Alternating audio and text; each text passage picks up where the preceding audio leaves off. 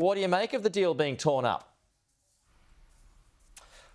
I think this is really an issue for Australia and our own internal affairs. It's an issue of federalism. It's an issue about the Commonwealth having the foreign relations power in Australia. And it's an issue to make sure that our states have agreements which are consistent with our own foreign policy interests, and that Australia speaks with one voice on foreign affairs. So, I think it's a shame if any one country reacts badly to this. As you mentioned in your lead-in, there's a number of agreements that have been terminated under this new legislation, one with Iran, one with Syria, and 2 Victorian ones with China. There's about 1,000 agreements that we're aware of altogether that states have with overseas counterparts and entities, and I expect the overwhelming majority of those will be ticked through, and I think over a third of those are with China. So this isn't really about any other country or any other part of the world. It's really about making sure Australia speaks consistently with one voice on these issues. But this one had to be done. I mean, it seemed pretty unanimous, federally speaking anyway, well, except for the Victorian Labor Party. They'd probably disagree with it, but everyone else seems to think this was something that had to be done. Well, look, we as a Commonwealth have not signed up to the Belt and Road Initiative or the Belt and Road Agreement. It doesn't mean we're hostile to it, but we just don't think that it's in Australia's interest to sign a bilateral arrangement with the People's Republic of China on these issues.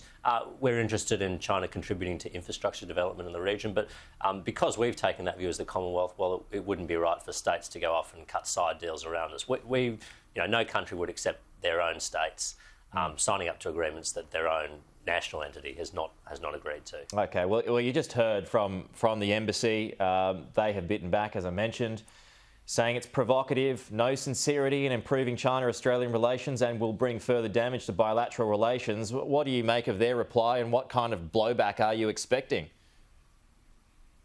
Well, look, to be honest, I mean, I'm not surprised by their reply, but this isn't something that should generate any blowback. I looked at President Xi Jinping's speech overnight at the Bow Wow Forum, which is on Hainan Island. It's the sort of Asian Davos, and he made quite a strong speech in defence of internationalism, but he also warned countries against bossing others around or meddling in others' internal affairs. Well, this is supremely an internal affair for Australia, and just as China would be within their rights, the national government in Beijing, if one of their provinces was going around cutting arrangements with another country that Beijing did not support or approve, Australia is entirely within our sovereign rights to do this. This is about the sovereign equality of nations, and any nation that believes in that and believes in respecting the sovereignty and independence of another nation should respect the decisions Australia has taken. So is Australia within its sovereign rights to tear up the Port of Darwin deal? Well, this is a slightly different deal because it's a lease agreement rather than a commercial arrangement, and it would normally be captured under, and it will be captured now going forward under the Foreign Investment Review Board provisions. But the changes we've made to the FIRB Act will allow that deals such as that one to be reviewed once that legislation is fully passed through the Parliament. How do you feel about that one? Should it proceed as is, or do you think that should be torn up? Look, I think it needs some further scrutiny. I mean, I'm not intimately familiar with the deal myself. I think it was certainly struck at a different time, and it was struck by an entity that doesn't necessarily isn't conscious of the full gamut of Commonwealth national security interests. So you wouldn't expect them to be aware of some of these things. So I think it deserves a higher level of scrutiny, and I think the changes we've made to the Foreign Investment Review Act will allow us to give it just that. Okay, a couple of quick ones before we go, Dave. The Biden administration believes that Australia's current climate policies are, quote, insufficient, and wants our Prime Minister to announce more ambitious emission reduction targets because the country cannot rely solely on advancements in technology to achieve net zero by 2050. What do you make of that intervention, those comments from the Biden administration overnight?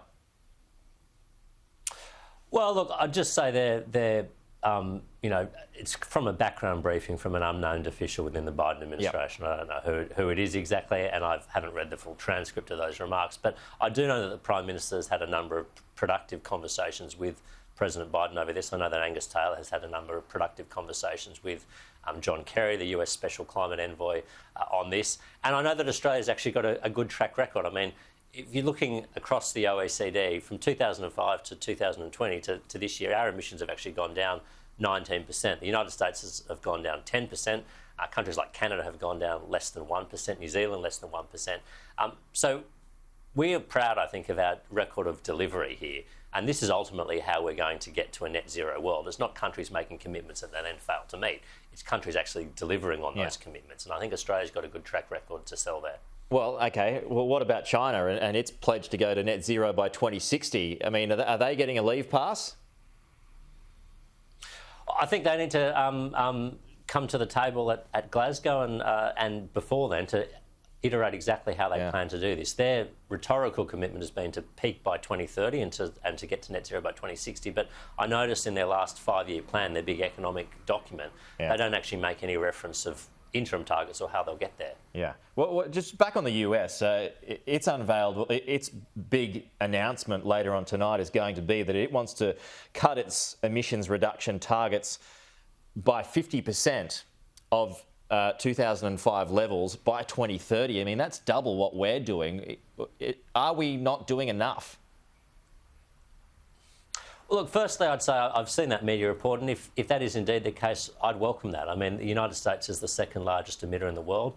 If you put the US and China and India together, you're talking about well over 50% of global emissions. It's these three countries that are going to need to do the heavy lifting. So, firstly, the fact that the US is back in the Paris Agreement is good. Secondly, the idea that they're going to sign up to a 2030 commitment is good. Thirdly, I'd just say let's see what they do. I mean, our commitment at the moment is to 2030. We're not actually due to make another commitment in the next commitment period until 2025. But Australia's going to be mindful of what other countries are doing and international opinion on this issue. We recognise that we can only solve this challenge with other countries. We don't want to disadvantage ourselves unnecessarily in doing so. But if the whole world is moving more quickly towards this goal, well, I expect that Australia will play our part there as well. Okay. Hey, just finally, Dave, there is a stoush going on that involves our new Trade Minister, Dan Tehan, and his counterpart in the UK, Liz Truss. Her team has apparently labelled Dan Tehan inexperienced and has accused post-Brexit trade talks with us as going glacially slow. What do you make of that? Well, firstly, the charge that Dan Tehan is inexperienced is grossly wrong. I mean, I used to work with Dan Tehan as a diplomat in the Department of Foreign Affairs and Trade. Dan is an experienced trade diplomat. He worked for Mark Vaile, our Trade Minister, for a number of years, including on our Australia-US FTA agreement. So Dan is vastly experienced in this portfolio and he'll be a great Trade Minister. The other thing I'd say is, look, you know, it's been 50 years, I know, since the United Kingdom has negotiated a free trade agreement, not since they entered Europe in 1972. So they're pretty new to these sorts of things. But this isn't the way you conduct negotiations, by briefing against your counterpart in public. You're much better off having frank and fulsome and forthright discussions in private, but using a megaphone to try and conduct them or shame your counterpart it's amateurish. Okay. Dave Sharma, as always, good to get your thoughts. We'll talk to you soon. Thanks so much, Peter.